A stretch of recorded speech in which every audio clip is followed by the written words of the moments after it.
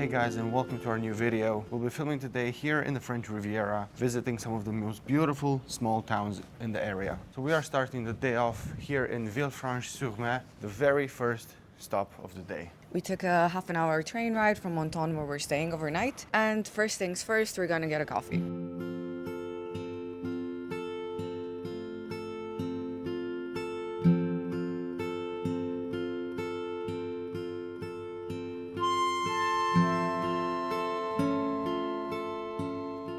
Villefranche-sur-Mer is one of the most beautiful medieval towns in the area. Much like Menton, it was also part of the Kingdom of Sardinia back in the day. So there still is a fairly large Italian community here.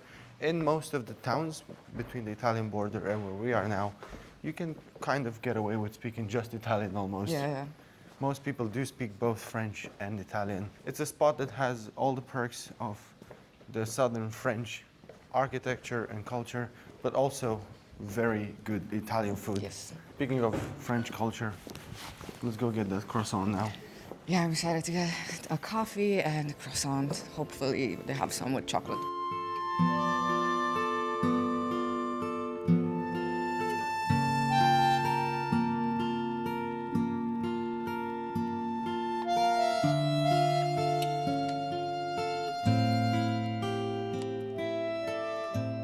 Cappuccino is served. It's good. Very creamy. Now for the breakfast of champions. So this is the only coffee shop that's open in the town, but it's good.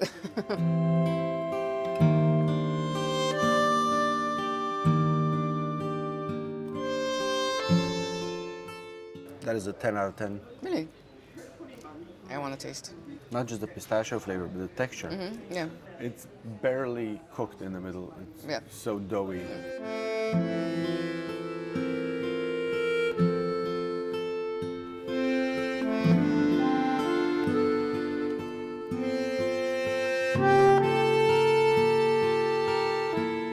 We are on Rue Obscure.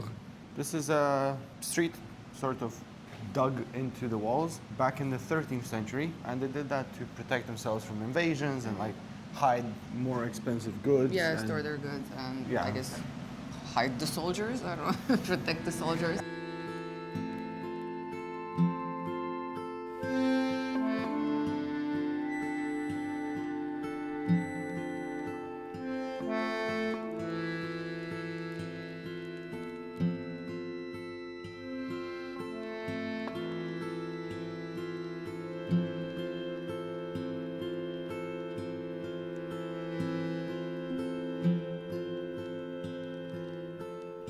Very charming little medieval village. So this is always a fishing village. For context, it's about 5 to 6 times smaller than Menton, and it's a really cool combination because not many villages have this medieval vibe and streets and also a beautiful seaside. And this promenade is very beautiful. There are people here having their morning coffee, and the houses are very colorful Yeah. and beautiful. Yeah, it's a pretty sight. It's really cool to be able to walk on the medieval streets, very narrow and in the shade. And And then, like Have- 1 minute later, Yeah. you're here on this beautiful seaside promenade.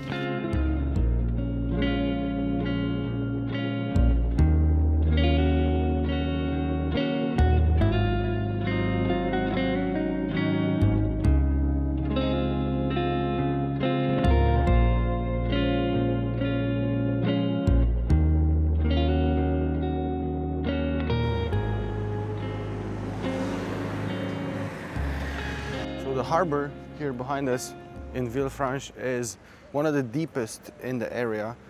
So often in the high season you will find like really, really big yachts here and bigger boats and like fancier ones. Even if they come for different cities, people would dock here and then get on their way. And also, I'm pretty convinced that in the high season this place is packed simply because of how beautiful the beaches are. They're really large, so I'm sure they can fit thousands of people here.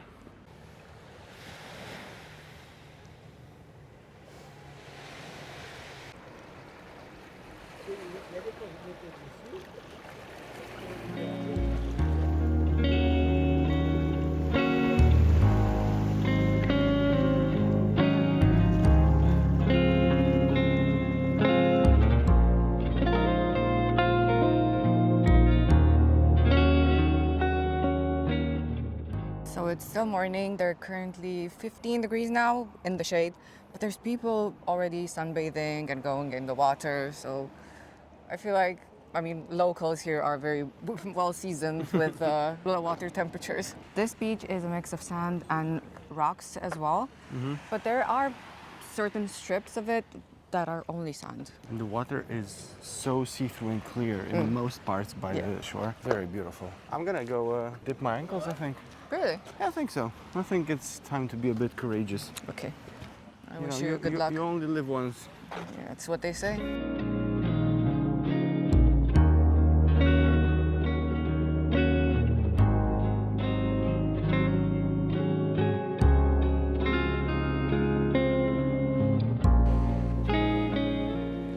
Don't want to get my shoes wet. I would have to buy Crocs or something.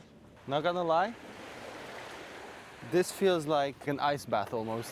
Yeah, I would think so. It requires that sort of concentration and focus, and those guys who are completely submerged in water, they have my respect.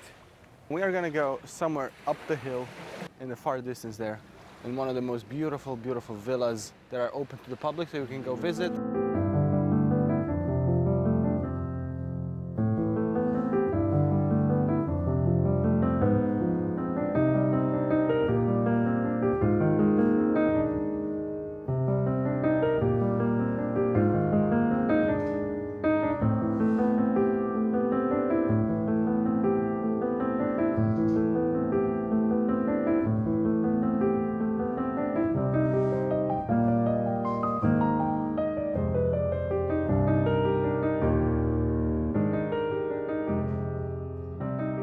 So we are now just arriving at Villa Ephrussi de Rothschild. This is about a half an hour walk from the beach we were just at.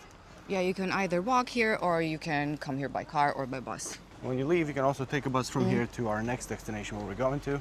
So this villa was built by Baroness Beatrice de Rothschild, one of the heiresses of the Rothschild banking family. Yeah. And it was built about 100, 110 years ago, early in the 20th century. And this was her playground. She was passionate about art. And another really cool thing about this spot here is it's up on a hill and it overlooks two bays, one on both sides. We are now just looking, oh my God, look at these villas. Yeah. I mean, they're not villas, they're palaces, really. Yes, this is where the 1% lives. No, this is where the 0.2% lives. So which one would you want? That one with the pool, that one in the middle with a really nice rooftop. That one has solar panels too, so bear in mind. Or that one, which is the hugest of them all. I think the one in the middle. I like the greenery more. And it has a direct view to the sea. So these are the villas we were just looking at, and this is a huge bay. And that's our next destination on that side, another villa overlooking this bay. We're just coming from the other side now. And also the villa is free to enter, which is it's open. really cool. It's open year round. And I think it's open from morning to evening every single day, and you don't have to pay anything to get in.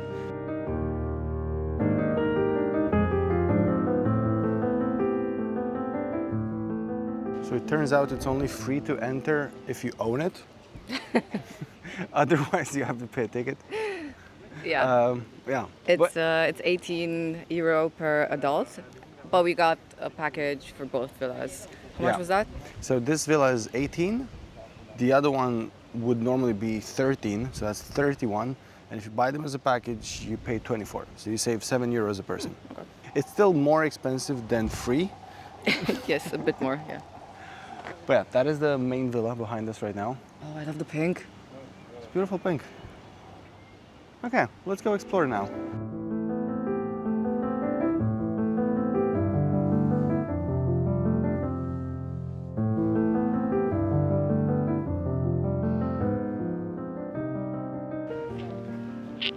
Unlike anything else I've ever seen.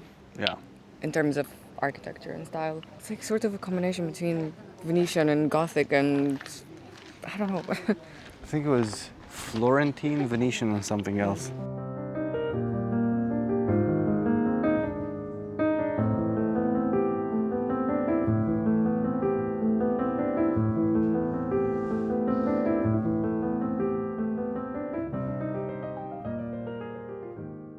Look at this viewpoint. So as you come down, This is the view, and look at the windows. I'm with baby again. Harry is pregnant again, yes. Incredible. This house got me pregnant. Wow. It will get anyone pregnant, I think. Man. But this place, the design, the architecture, just looks incredible. Just imagine having this ridiculous view.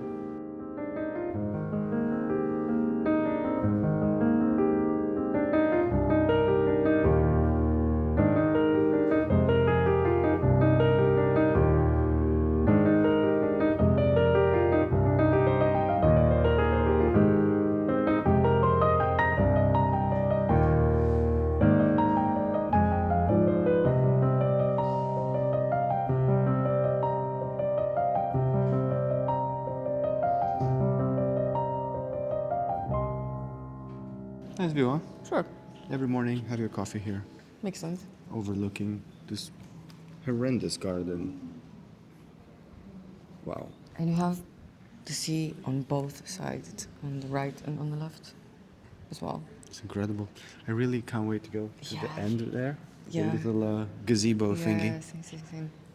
It reminds me of Saltburn. Yeah. Alors. Pretty awful spot. Just a modest bench.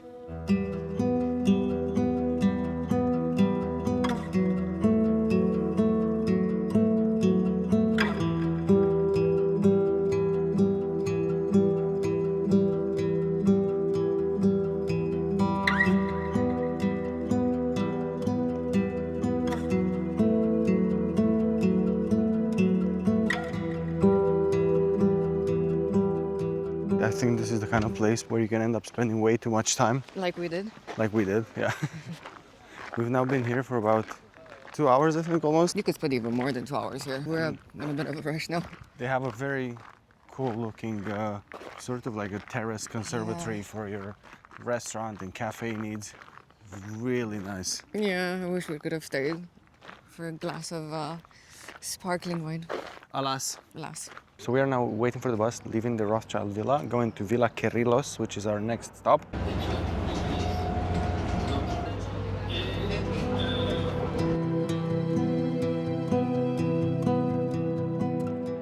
Okay, we made it. That was a 5-minute Bus ride. Villa Kérylos, this one here, was built around the same time as the Rothschild Villa, early 20th century.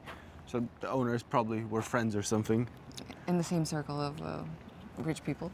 The owner, he was French, he was an archaeologist, and he wanted a house built in the style of Greece. He loved Greece, and he said he wants his own villa to look like Greece. So that's the view you get from the villa on the one side. This is the bay of, I may butcher the name of the town, but I think it's Villefranche-sur-Mer. Oui. Mer. I have to say it's less windy here, so I'm already liking it. All right, let's head inside. This is very much in the sea, basically. 180 view of the sea. Wow. The house is a bit more modest compared to the other one on the outside. Let's see on the inside. Yeah, well, this guy didn't own I don't know how many banks. So I think owning a bank helps with having a more beautiful house, probably. I wouldn't know.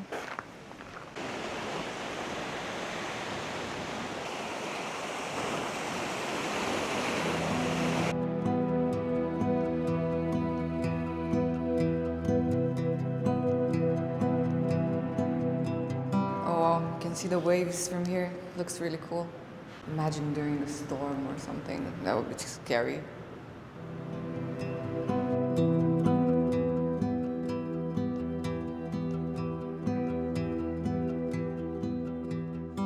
So in the basement of the villa, you have this antiques crypt kind of thing with all these statues.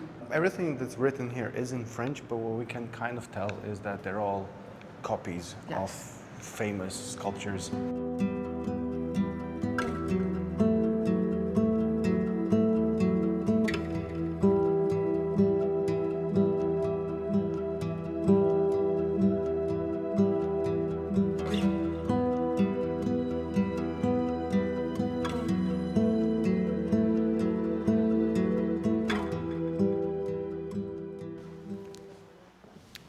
can definitely say that it's very Greek.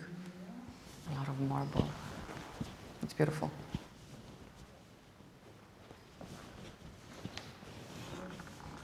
It's not the coziest of bedrooms, I would have to say.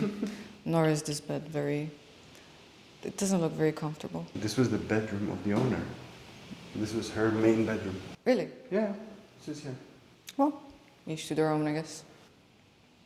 But just this bed placement is kind of off, isn't it? I've never seen this ever in my life.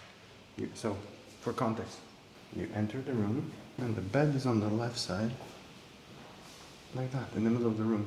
What kind of a monster sets it up like that? Yes, for the views. But I would have It's flipped 90 it. degrees, yeah. Yeah, so when you wake up, you're facing the actual sea. Maybe she was really short and she slept sideways on the bed. No, like the other way. Yeah. I don't know. Strange. Okay, well, we're almost done with the tour, and I'm hungry. But interestingly enough, it says here this was her bedroom. They were a married couple, so they had different, separate bedrooms. Probably. I mean, so did the queen, so that doesn't say much, does it? And the shower is very over the top. Check out the marble bath. So I'm guessing this was the husband's bed. As it should be. No? I don't know, it doesn't say. I think the way the layout is, you got her bedroom, her bathroom, the small bedroom for a child, and this is his bathroom, and I assume his bedroom. Yep, exactly. I think that was, remember in The Crown, it was a similar layout, like they would have rooms at the separate ends of that huge... Another monstrosity. How, like, you even have the columns. How do you set it sideways? And a fainting chair for the husband.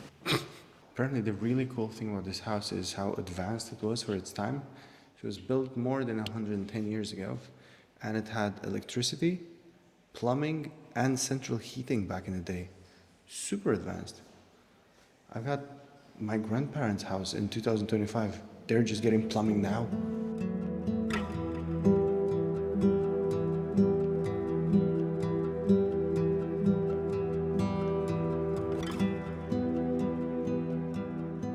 There's one bus leaving Kerylos Villa here, all the way to Eze Village, which is our next stop, and it only goes once an hour.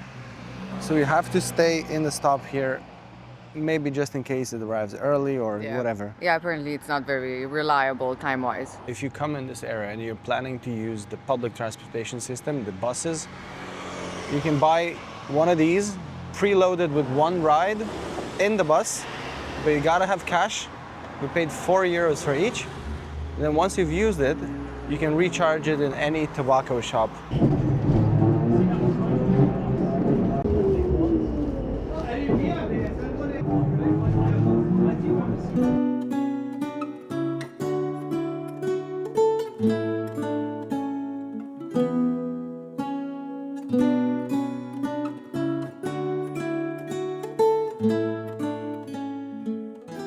Half an hour on the bus later, we arrived into the beautiful medieval town of Eze. The bus ride was kind of aggressive. The driver was a bit too enthusiastic, I would say. So I was a bit nervous on the whole drive. I don't know, he went kind of fast. I napped. He napped, I got sweaty palms.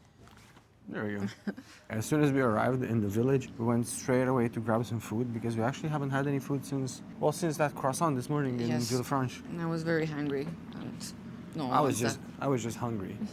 Yeah, we went straight to this place called Delhi. It was really well reviewed, beautiful spot, and we had actually one of our most delicious meals so far since we arrived in France. I had a traditional pain bagna, which is essentially it's kind of like a tuna salad but in a sandwich and with quite a bit of olive oil drizzled in it. Very, very delicious. And I had a salad with warm goat cheese, which was amazing, and some chicken as well. It was really good.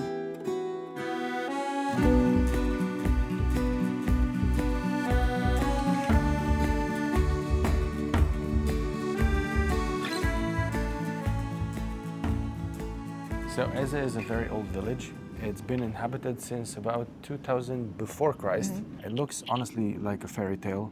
Yeah, very medieval. It's overly touristed a little bit, and even now it's almost 5 p.m. and there's still quite a few people in here. Visually, I can enjoy the town. It's beautiful, has so many flowers, plants everywhere. But yes, it is a bit touristy, it is a bit crowded, and I would imagine that in the summertime it's even more full of people. But yeah, I get why. It's absolutely beautiful. It's beautiful.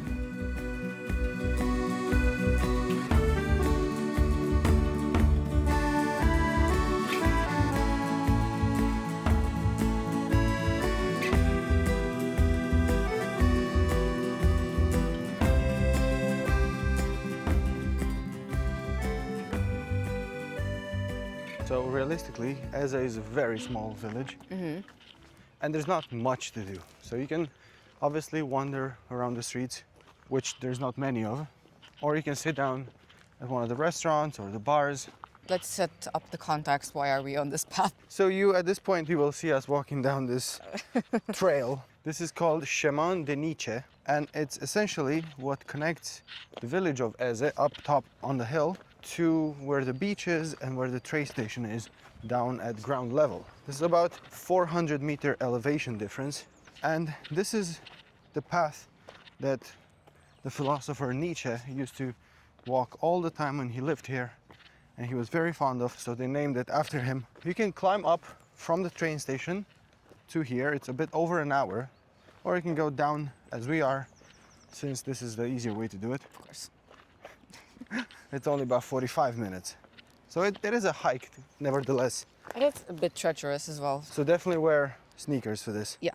One of the other things that you can do in Eze as an activity, if you want to spend a bit more time, is do a parfumerie tour. There's quite a few of them, and they're quite reputable. And they offer free tours, and you can learn everything you need to know about how the perfumes are made. And also have the option of buying customized or Yeah. perfumes. But yeah, either way, I think it's a cool thing to do. We don't really have the time for that now. They also have a botanical garden, which we didn't go to because we went to one yesterday in Menton, and you can see that in our previous vlog. But yeah, that's kind of it. Objectively speaking, the town is beautiful and the buildings are beautiful. However, I feel like everything is a souvenir shop, kind of. Everything is converted into a souvenir shop. Quick disclaimer, the hike is not the friendliest for walking, so you do want to be careful and take your time. And if you're not confident, there's different ways to get from the train station up to the village, including a bus or taxis, so you don't have to do this hike. Quick update, it's been 2 weeks. We're still on the trail. Yeah, this is way longer than we thought it would be. In all honesty, the hike was very difficult in a sense that it wasn't physically difficult, but the steps were so badly placed. Yeah. It was so difficult to step on each stone. It was slippery as well and very uncomfortable. It felt like they designed the stairs and then it was a 9.9 magnitude earthquake, and then they kind of left it like that. So I don't know when they built it or why or how, but they need to invest a bit more time into it. Considering how many tourists they get and how much money these tourists spend up there. If you want to do it, don't. It's kind of dangerous, and we just passed some girls who were assisted by some mountain, whatever. Rangers. Rangers. One of them, I think, broke her leg or something. So yeah, it's not worth it. Just take a boat or. And also, let's not forget where you are. You are on the French Riviera, so don't be like us and act like you are on the French Riviera. I'm not feeling very glamorous now, to be honest. We're getting on the train and going to Menton.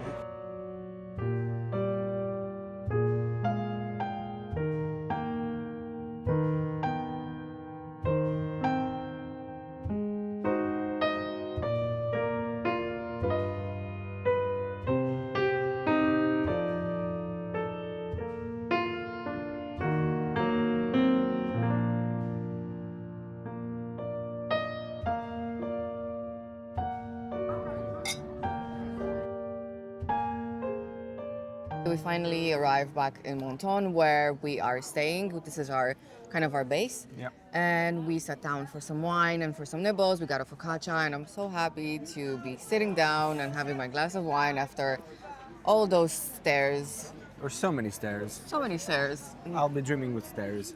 So we're staying in Menton while we filmed the dedicated video for this town. So please go back and watch that. This is our favorite town on the French Riviera for sure. Today we try to discover some more places on the French Riviera that we've never seen before. And actually we were very pleasantly surprised. We hope you enjoyed this vlog. Don't forget to like this video, subscribe to our channel, and we'll see you in the next one.